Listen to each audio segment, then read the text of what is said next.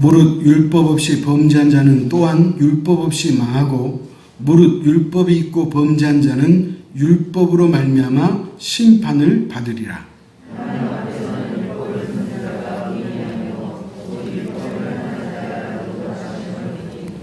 율법 없는 이방인이 본성으로 율법의 일을 행할 때에는 이 사람은 율법이 없어도 자기가 자기에게 율법이 되나니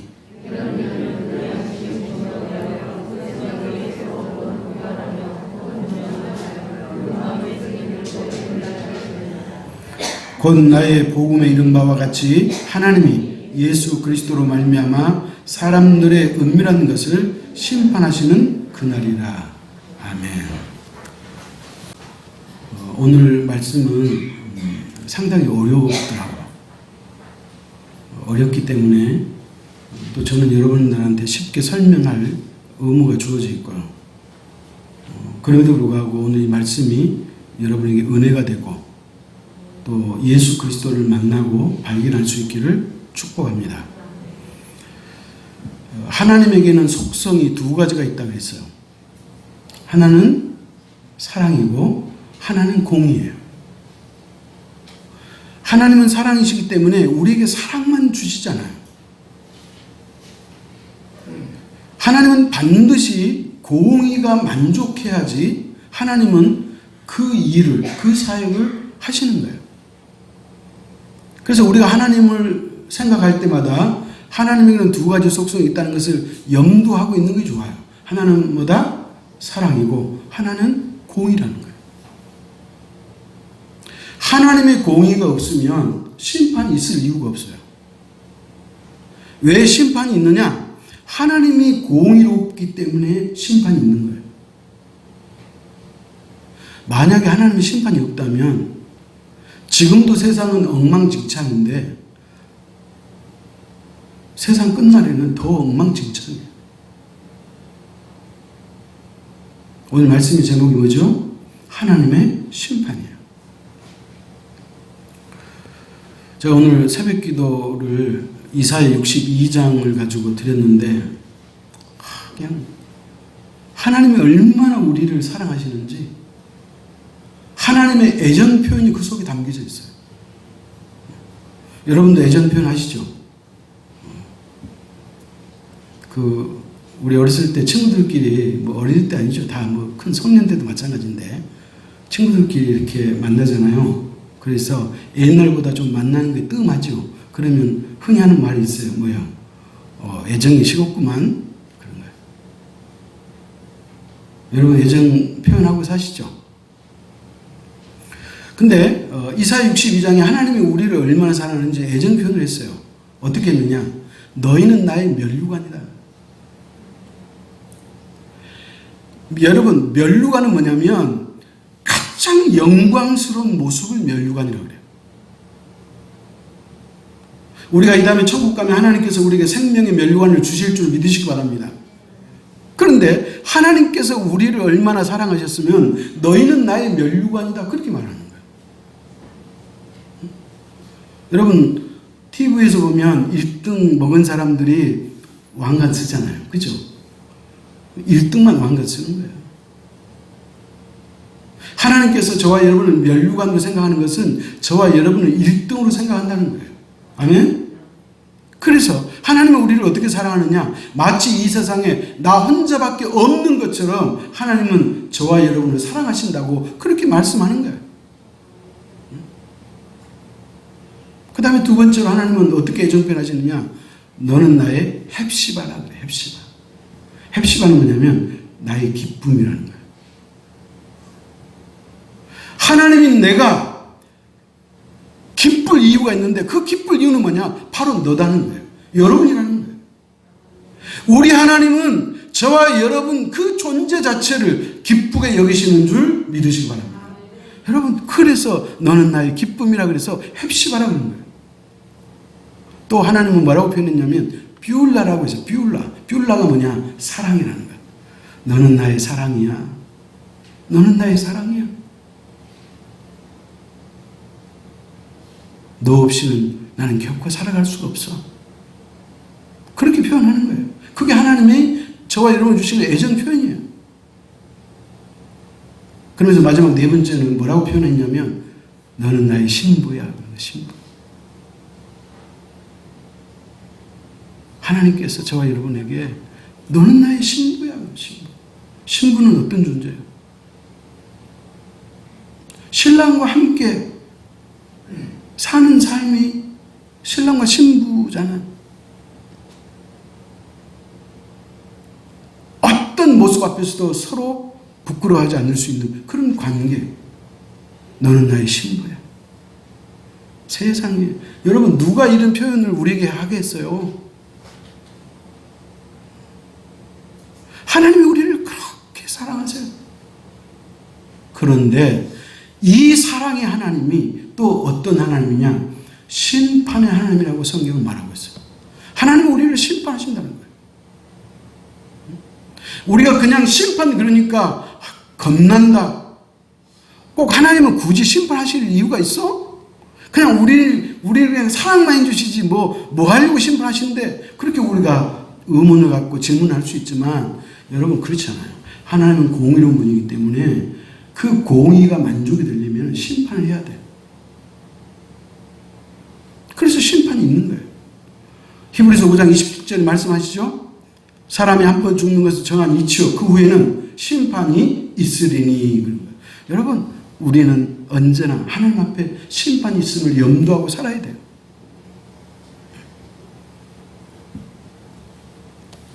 자, 로마서 2장 6절 8절 한번 찾아가십시다. 로마서 2장 6절 8절 교독합니다. 하나님께서 각 사람에게 그 행한 대로 보응하시되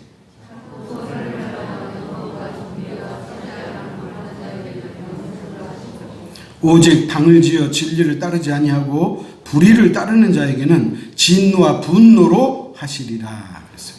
여러분 하나님의 심판의 그 방법이 나왔어요.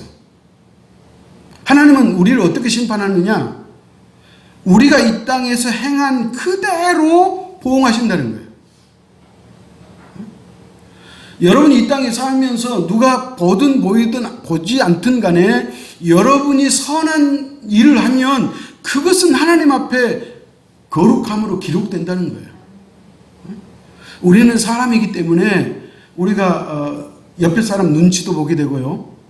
또 체면 치레도 해야 될 때가 있어요. 그건 사실이에요. 여러분 그것까지도 없으면 염치가 없는 거죠. 그러나 그것이 너무나 지나치게 체면치레가 되고 거칠어가 되면 그것은 아무 의미가 없다는 거예요. 오늘 하나님이 왜 심판하시느냐? 우리가 이 땅을 살았던 것에 대해서 열매를 주시려고, 보응해 주시려고, 보상해 주시려고, 상급 주시려고 심판하신다. 그렇게 말하는 거예요. 그러니까 우리가 심판을 두려워할 이유가 없어요. 그런데 하나님이 또 뭐라고 말씀하셨어요? 참고 선을 행하여 영광과 존귀와 썩지 아니함을 구하는 자에게는 영생을 선물로 주시고 그런 거예요. 어렵잖아요. 믿음으로 살고 말씀으로 살고 하나님이 우리 각자에 주신 그 사명을 감당하려고, 다시 말하면 우리 각자의 몫을 감당하고 사는 그 자에게 하나님이 영생을 주신다고 말씀하고 있는 거예요. 아멘? 그렇기 때문에 여러분, 나는 배운 것도 없고 나는 가진 것도 없고 나는 뭐 할 만한 것도 없어, 그래가지고 아무것도 하지 않으면 여러분 마지막 날에 하나님도 여러분이 받을 것이 없어요. 여러분이 살고 있는 그 환경과 그 위치에서 여러분이 할 수 있는 그 일을 감당하는 거예요. 하나님은 어린 소자에게 냉수 한 그릇 대접한 것도 잊지 않겠다 그랬잖아요. 그렇기 때문에 여러분, 우리는 무엇이든지 하나님이 기뻐하실 일이 있다면 그 일을 주저없이 감당할 수 있기를 축원합니다. 자, 그런데 반대로 오직 당을 지어, 여러분 당을 짓는다는 것은 분란을 일으킨다는 말이에요. 당을 지어 진리를 따르지 않고 불의를 따르는 자에게는 진노와 분노로 하신다. 영생을 받지 못하고 하나님의 진노와 분노를 사게 된다, 그런 말. 여러분, 요한계시록에서 말씀 있잖아요. 하나님이 진노하시니까 뭐예요? 하늘에서 천사들이 대접에 불을 담아와가지고 땅에 쏟아버리잖아요. 이게 하나님의 진노요, 하나님의 분노라는 거예요. 여러분, 학창시절에 선생님도 매 맞아본 적 있죠? 안 맞아봤어요? 맞아봤어요? 안 맞아봤어요? 제가 이 질문을 하려고 저를 한번 생각해 봤어요. 그랬더니 제가 2학년 때, 초등학교 2학년 때 선생님한테 매를 많이 맞았더라고요. 제가 기억해 보니까. 그 왜 많이 맞았냐? 그때 우리 순천으로 말하면 웃장이라고 아랫장이 있고 웃장이 있는데 웃장통에 살고 있는 유영달이라고 하는 친구가 있는데 이 친구가 뺀질뺀질해요. 이 친구하고 좀 친하게 지냈는데 이 친구가 수업 시간에 나를 건드려. 나를 놀리고. 그렇기 때문에 나는 또 맞장구 치잖아요. 그래가지고 둘이 끌려갖고 선생님한테 매 맞는 적이 상당히 많이 있더라고요. 근데 제가 그때 생각해 봤어요. 매 맞는 선생님 너 나와. 김성식 나와. 딱 그러잖아요. 그럼 이제 나오면부터 뭐예요? 사시나무 털듣기 후들을 떠는 거예요. 겁먹고 있는 거예요. 그래서 매 맞기 전에 혼자 3가지 생각을 해요. 그 짧은 시간에. 첫째, 괜히 까불었다. 수업 시간에 괜히 유영달 친구하고 주고받거니 해가지고 괜히 매 맞을 짓을 했다. 여기에 대한 후회감이 딱 드는 거예요. 두 번째, 알고 아주 짧은 시간이지만 어떻게 하면 매를 안 맞을 수 있지? 그 생각을 해요. 어떻게 하면 매를 안 맞을까?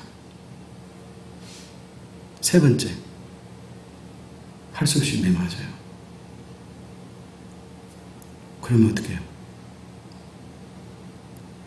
머리에 굴리다가 할 수 없이 맞아야죠. 포기하고 매 맞는 거예요. 이것이 뭐냐? 이게 심판이에요. 지금은 우리가 모르지만 이 다음에 우리가 하나님 앞에 심판받을 때 혹시 저처럼 제가 매 맞을 때처럼 내가 지난날에 좀 더 잘 살 걸, 내가 믿음으로 살 걸, 어찌 그때는 그렇게 내가 어리석게 살았는고 그렇게 후회할 수 있다는 거예요. 또 한 가지, 지금 이 순간 이 자리에서 어떻게 하면 하나님의 이 심판을 피할 수 있지? 어떻게 하면 하나님의 분노와 진노를 네가 사지 않고 피할 길이 있을까? 라고 생각할 수도 있다는 거예요. 그러나 하나님의 심판은 한 사람도 외에 없어요. 세상에는 외가 있을 수 있어요. 그러나 하나님 앞에는 외가 없어요. 우리가 이 땅에 사는 그 삶 그대로, 우리가 행한 그대로 보응하시겠다고 했기 때문에 그 하나님의 영생의 보응이 있을지 아니면 진노의 보응이 있을지 모르겠지만, 그러나 우리가 이 땅에 살아온 삶의 결과물을 가지고 심판이 있겠다고 성경은 말하고 있는 거예요. 자, 그렇다면 여기서 우리가 또 한 가지 질문이 있어야 돼. 그 뭐냐? 나는 예수를 믿었어. 나는 하나님의 말씀을 듣고 예수를 믿었어. 그렇기 때문에 하나님이 계신 것도 알고 또 뭐예요? 하나님의 심판이 있는 것도 알아. 그래서 나름대로 믿음 안에 살려고 애를 썼어. 근데 내 옆에 믿지 않는 친구가 생각이 나는 거예요. 그 친구는 예수만 믿지 않았지 내가 볼 때는 나보다 더 나아. 나는 교회 다니고 걔는 교회 안 다니지만 걔가 하는 그 행동이나 씀씀이나 하는 걸 보면 훨씬 마음도 높고요, 둥그런 마음도 있어가지고 친구들도 많이 도와주고 그런 모습을 우리가 봤다고 생각해 보자는 거예요. 어쨌든 나는 예수를 믿었어. 근데 저 친구는 예수를 안 믿었어. 그러면 하나님이 저 친구를 어떻게 심판하실까? 아니, 못돼 먹고 악하고 그러면 그런다 치는데 그렇게 선한데, 우리들이 쓰는 말처럼 저 친구는 법 없이도 사는 애인데 하나님이 진짜 그냥 진노와 분노로 심판하실까? 그런 질문이 있을 수 있다는 거예요. 그런데 오늘 성경에 그 답을 우리에게 주고 있어요. 찾아갑시다. 12절이에요. 12절 같이 읽습니다. 무릇 율법 없이 범죄한 자는 또한 율법 없이 망하고 무릇 율법이 있고 범죄한 자는 율법으로 말미암아 심판을 받으리라. 무슨 말이에요? 자, 율법 있는 사람은 어떤 사람이냐? 유대인을 말해요. 유대인. 그리고 그 유대인은 지난 시간에 말씀드렸죠? 오늘날로 말하면 뭐예요? 그리스도인이에요. 율법이 있는 사람은 사도 바울이 쓸 그 당시에는 유대인을 의미하는 것이고 이 책을 읽고 있는 오늘은 저와 여러분을 말하는 거예요. 아멘? 그 다음에 율법 없는 사람에 대해서 이야기해요. 율법 없는 사람. 율법 없는 사람이 뭐예요? 그 당시 표현으로 말하면 이방인이고 지금으로 말하면 예수 안 믿는 사람이에요. 그런데 하나님께서는 예수 믿는 사람과 믿지 않는 사람을 심판하는데 그 심판의 기준이 다르다는 거예요. 어떻게 다르느냐? 12절 무릇 율법이 없이 범죄한 자는 그랬죠. 그러니까 이 사람은 이방인이요 예수 안 믿는 사람이에요. 이 사람은 율법이 없이 망하고 무릇 율법이 있고 범죄한 자는 율법으로 말미암아 심판을 받으리라. 그랬어요. 어렵죠? 어렵지 않아요. 이런 거예요.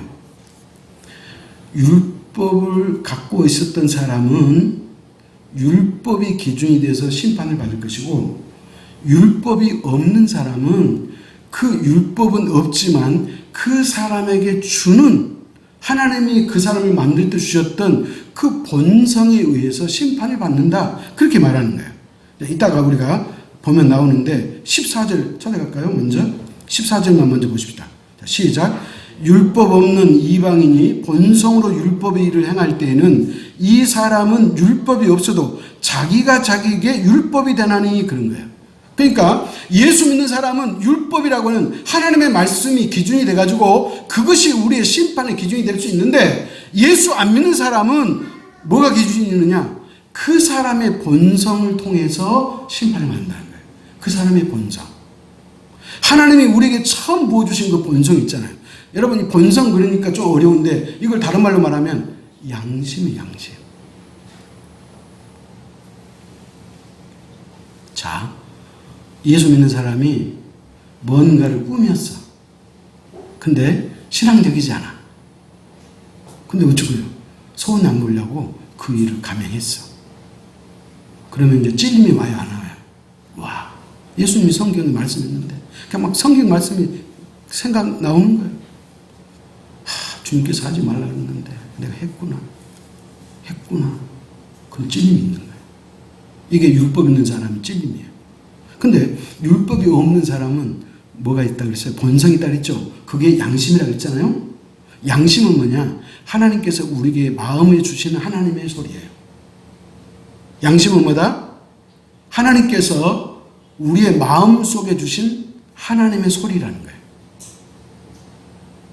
그러니까 율법이 없는 사람은 그 양심으로 심판을 받는다는 거예요. 그러면 양심이 요동해요, 안 해요? 요동하죠. 두근반 세근반 그러잖아요. 죄를 지으면 두근반 세근반 하잖아요. 왜 그래요? 하나님이 우리에게 부어주신 양심이 있기 때문에 그 본성 때문에 그렇다고 성경은 말하는 거예요.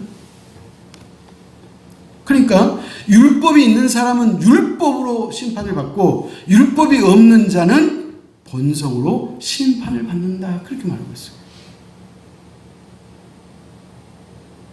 그러면 여기에 차별이 있고 차이가 있느냐? 하나님은 차별하지 않는 분이야. 아멘? 차이도 없고 차별도 없어요. 하나님이 그렇게 심판하실 분이에요. 자, 근데 그러면 예수 믿는 사람이나 안 믿는 사람에게 있어서 가장 중요한 것은 뭐냐? 13절 말씀이에요. 13절 같이 읽습니다. 시작. 하나님 앞에서는 율법을 듣는 자가 의인이 아니요 오직 율법을 행하는 자라야 의롭다 하심을 얻으리니. 저와 여러분은 하나님 앞에 행하는 자잖아요. 왜? 예수 믿는 사람이니까. 그러니까 하나님을 믿는 자는 하나님의 말씀을 듣는 것, 하나님의 말씀을 배우는 것에 인생에 초점이 있지 않고 그 말씀을 듣고 배웠다면 그 말씀대로 실천하고 사는데 방점이 있다는 거예요. 아멘? 그렇기 때문에 나는 성경을 많이 배우고 성경을 많이 들어가지고 어느 정도 다 내 구원의 진리도 알고 내가 어느 정도 성경 스토리를 내가 알고 있어. 그러나 나는 알고만 있을 뿐이지 그대로 살지 않았다면 그 사람은 하나님으로부터 여지없는 영생의 심판의 대상이 아니라는 거예요. 응? 왜? 성경 그랬잖아요. 하나님 앞에서는 율법을 듣는 자가 의인이 아니요 듣고 배웠다고 해서 여러분 성경 지식 많이 알았다고 해서 그 자체가 여러분을 의인으로 만든 것이 아니요 오직 율법을 행하는 자라야 의롭다 하심을 얻으리니. 그게 말씀대로 사는 거예요. 제가 여러분한테 여러 번 이야기했잖아요. 여러분 성경에서 우리가 말씀대로 산다면 우리가 지켜야 될 것이 몇 가지가 있어요. 613가지가 있잖아요. 613가지. 하라는 것이 248개, 하지 말라는 것이 365개. 우리가 다 지켜낼 수는 없잖아요. 이 613개를 머릿속에 딱 넣어가지고 그냥 착착 기계적으로 이건 아니야, 이건 지키지 말라 했어, 이거는 하라 했으니까 해야, 그거 할 수 없잖아요. 그럼 어떻게 우리가 사는 게 현명하냐? 오늘 이 시간 하나님이 저를 통해서 여러분에게 말씀을 주시면 그 말씀을 붙잡고 오늘 하루를 살아내는 거예요. 하나님께서 매번 매 순간 예배 때마다 또 새벽 기도 때는 새벽 기도 때마다 하나님의 말씀을 주신 이유는 뭐냐? 그 말씀을 붙잡고 살라는 거예요. 여러분 예배가 목사에게 도장 찍으러 나오세요?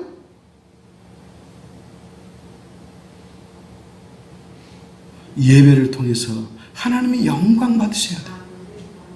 그 하나님의 영광 받으시려면 어떻게 해야 돼요? 우리가 사람한테 예를 지키는 그 이상을 가지고 우리가 하나님 앞에 영광을 올려드려야 돼요.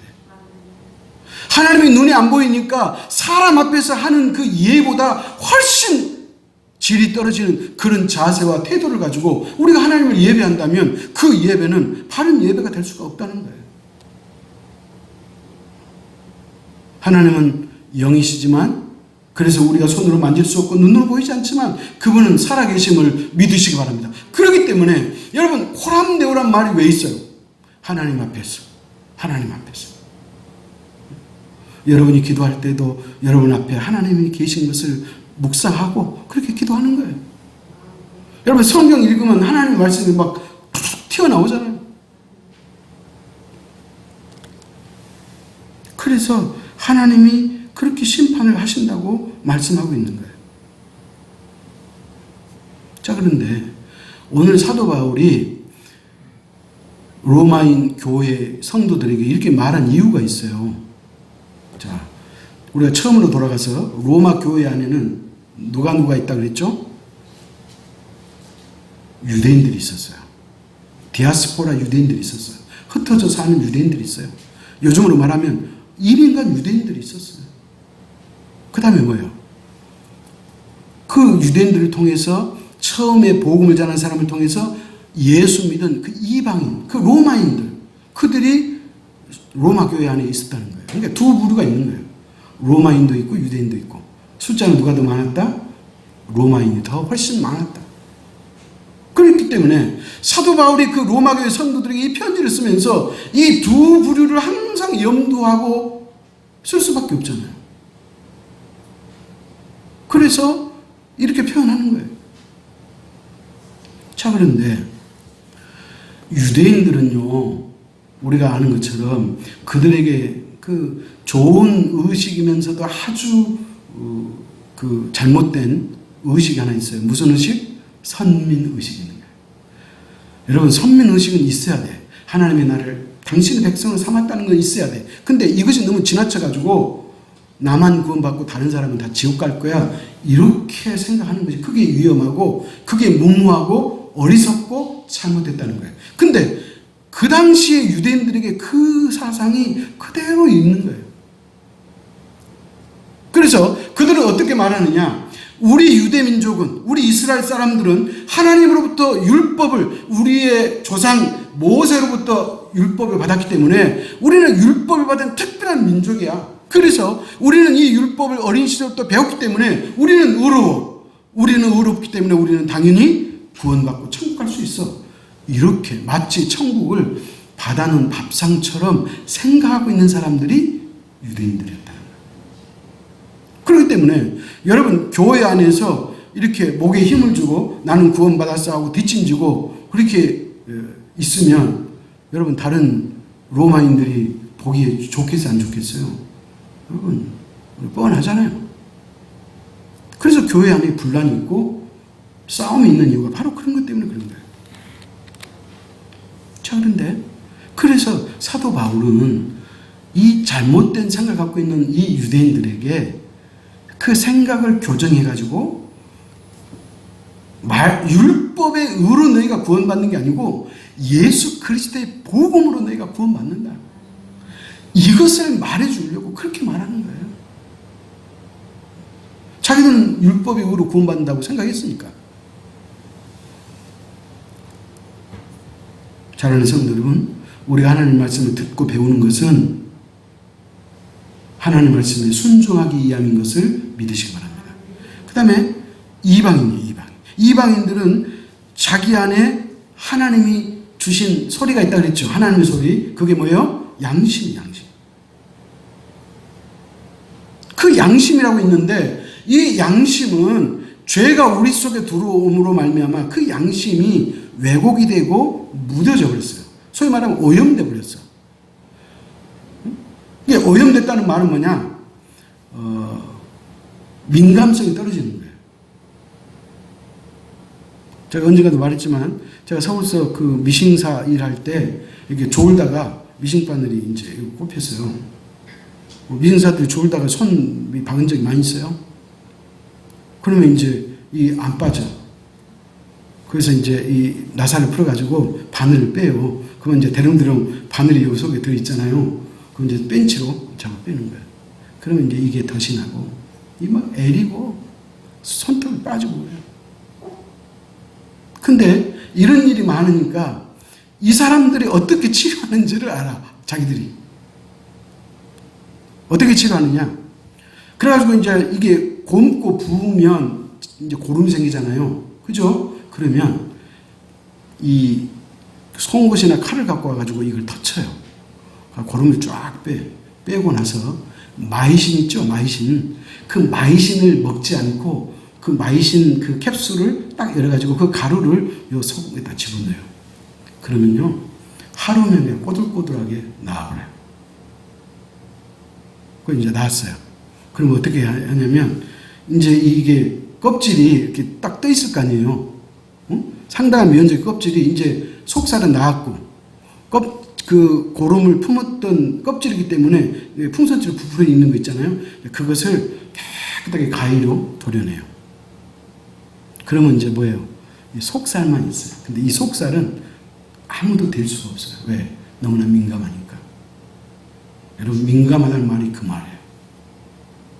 하나님이 우리에게 처음에 주신 그 선한 양심은 그렇게 민감해서 죄가 들어오면 그 죄를 그냥 물리칠 수 있어요. 분별해내고. 근데 이거 죄가 오염돼가지고 그 양심이 무뎌지니까 이제 죄를 짓고도 덤덤해요. 무덤덤해요. 그냥 아픔이 없어요. 그냥 죄를 지어놓고도 죄인지 모르고 사는 경우가 있다는 거예요. 자, 그러지만 오늘 사도 바울은 이 소위 말하면 이방인들에게 너희가 하나님의 심판을 받을 때는 너희에게는 율법이 없지만 그러나 하나님이 너희에게 주신 본성, 그 양심을 기준으로 삼아서 내가 너희를 심판하겠다고 성경은 말하고 있는 거예요. 그래서 이 말을 하고 있는 거예요. 자, 우리 찾아가십시다. 15절이에요. 같이 읽습니다. 이런 이들은 그 양심의 증거가 되어 그 생각들이 서로 혹은 고발하며 혹은 변명하며 그 마음에 새긴 율법의 행위를 나타내느니라.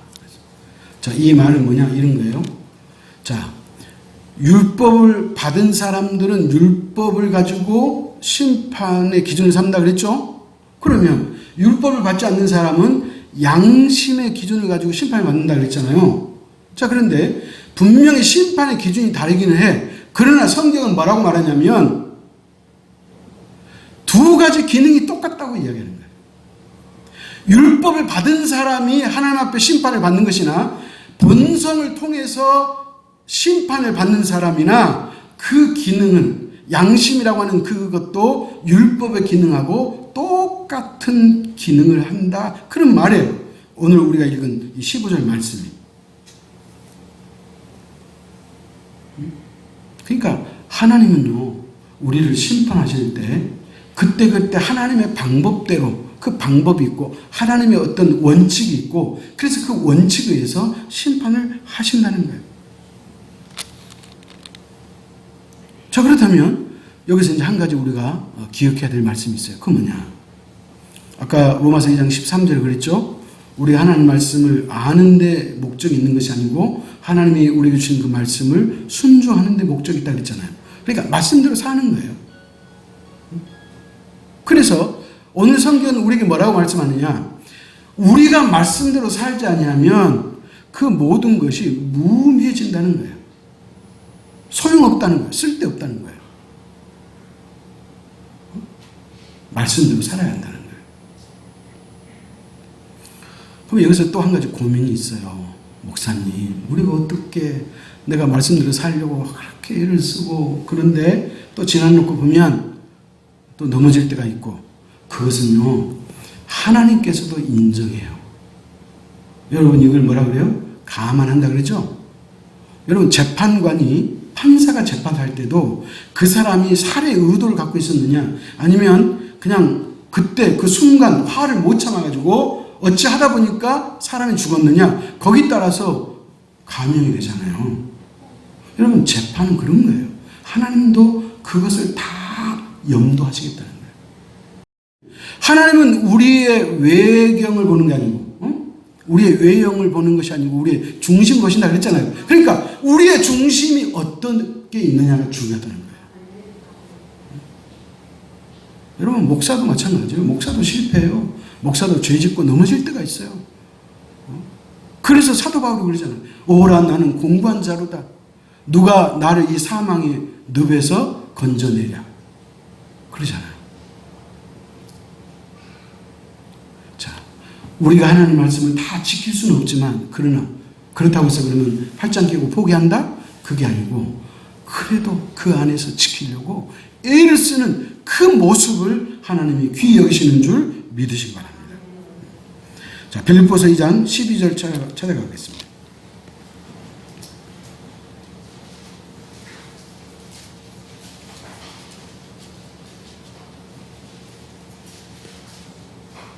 빌립보서 2장 12절 시작. 그러므로 나의 사랑하는 자들아 너희가 나 있을 때뿐 아니라 더욱 지금 나 없을 때에도 항상 복종하여 두렵고 떨림으로 너희 구원을 이루라.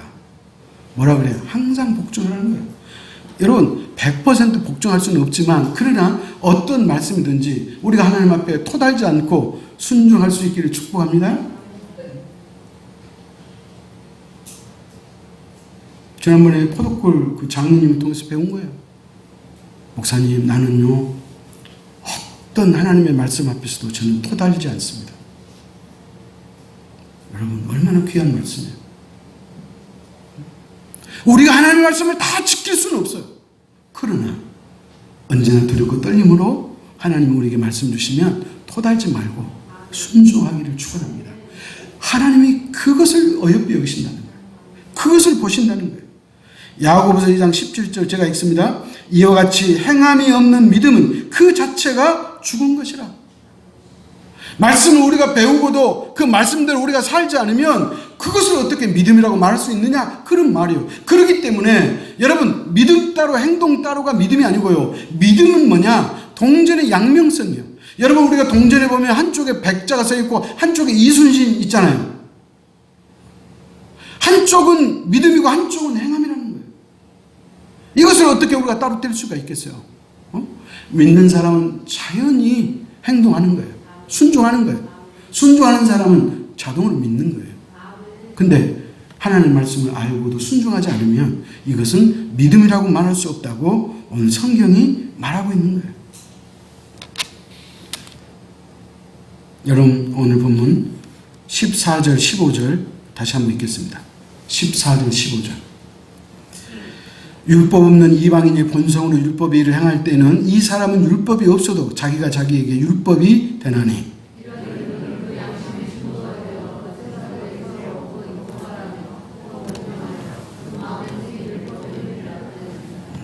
어렵죠? 이 말씀을 제가 공동 번역으로 가져왔어요. 찬찬히 들으시면 이렇게 쉬운 이야기네. 여러분 그렇게 말할 수 있어요. 제가 읽습니다. 이방인들에게는 율법이 없습니다. 그러나 그들이 본성에 따라서 율법이 명하는 것을 실행한다면 비록 율법이 없을지라도 그들 자신이 율법의 구실을 합니다.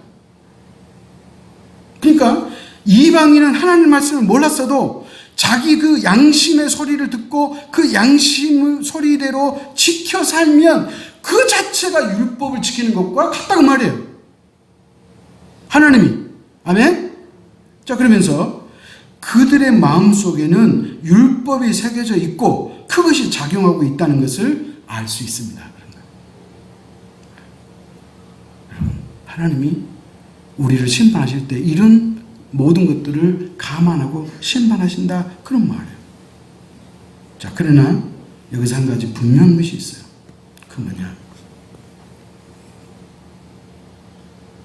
우리가 율법을 지키든 양심을 지키든 우리는 죄인이라는 사실이에요. 그러면 목사님 우리는 죄인이기 때문에 안 지켜도 되겠네요? 그건 아니라고 제가 논리 말씀드렸어요. 우리는 넘어지고 또 넘어지고 넘어질지라도 다시 우리는 믿음으로 살려고 일어서는 거예요. 이게 그리스도인이에요. 이게 우리가 주님이 우리를 부르시는 그 순간까지 우리가 걸어갈 순례자의 길이에요.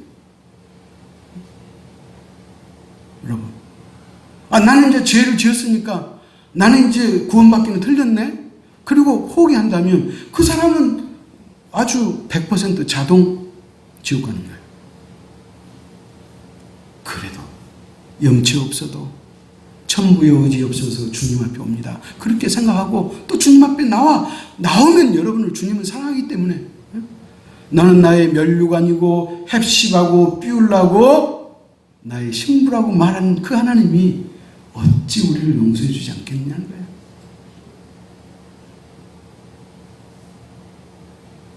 그래서 사도 바울이 이렇게 말해요. 마지막 16절 읽겠습니다. 곧 나의 복음에 이른 바와 같이 하나님의 예수 그리스도로 말미암아 사람의 은밀한 것을 심판하시는 그날이라. 무슨 말이냐면 사도 바울이 내가 여러분에게 복음에 대해서 이야기했잖아요. 그 복음에 말한 그대로 우리가 구원받을 수 있는 것은 예수 그리스도를 통해서 구원받을 뿐 아니라 그 그리스도를 통해서 마지막 날에 은밀한 것까지 심판하실 것입니다. 그런 거예요. 그러니까 여기서 말하는 심판자가 누구다? 예수 그리스도다. 그 말이야. 예수 그리스도가 우리의 심판주라는 거예요. 그래서 백보자 심판이라고 그러잖아요. 마지막 날에 심판이 있겠다 그러잖아요. 그렇다면 이제 우리가 이 심판이 있음을 우리가 기정사실로 받아들인다면 이제 우리가 선택해야 돼. 어떻게? 내가 마지막까지. 지금까지는 내가 하나님 앞에 내가 열심 없이 살았다 할지라도 지금까지는 내가 넘어지고 쓰러지고 그런 적이 수도 없이 많았다 할지라도 내가 다시 허리띠를 졸라매고 내가 믿음의 갑옷을 입고 내가 믿음 안에 살아야 되겠다. 하나님이 2021년 오늘 3월 14일 날 나에게 새롭게 다시 한번 기회를 주시구나. 이렇게 생각하고 사는 그 사람이 바로 마지막 날 의의 심판을 받을 줄 믿으시기 바랍니다. 그 선택은 여러분에게 있어요. 기도하겠습니다. 하나님 아버지, 하나님의 크신 은혜와 사랑을 감사합니다. 그렇습니다. 우리가 이 땅을 살고 나면 반드시 마지막에는 우리가 하나님의 심판 앞에 설 것이요, 하나님은 우리에게 반드시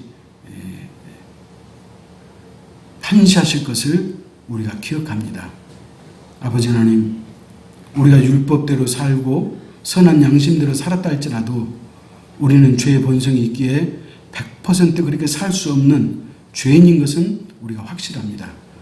그럼에도 불구하고 우리의 연약함을 아시고 예수 그리스도가 나를 위해서 나 대신 십자가에 죽어주심으로 말미암아 우리의 죄값을 이미 치러 주셨기에 누구든지 예수 그리스도를 나의 구주로 고백하는 그 사람은 의의 심판을 받을 것이고 영생이 있음을 우리가 확신합니다.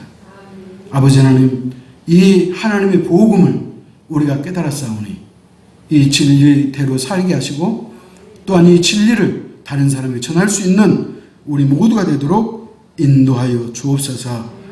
우리 인생 가운데 오직 우리가 집중해야 될 분이 있다면 예수 그리스도 그 한 분인 것을 명심하고 그분을 진정으로 사랑하게 하시고 그분을 진정으로 의지하고 신뢰하게 도와주시고 그분을 진정으로 예배할 수 있는 이 시대의 거룩한 예배자가 될 수 있도록 축복하여 주옵소서. 예수님의 이름으로 기도하옵나이다. 아멘.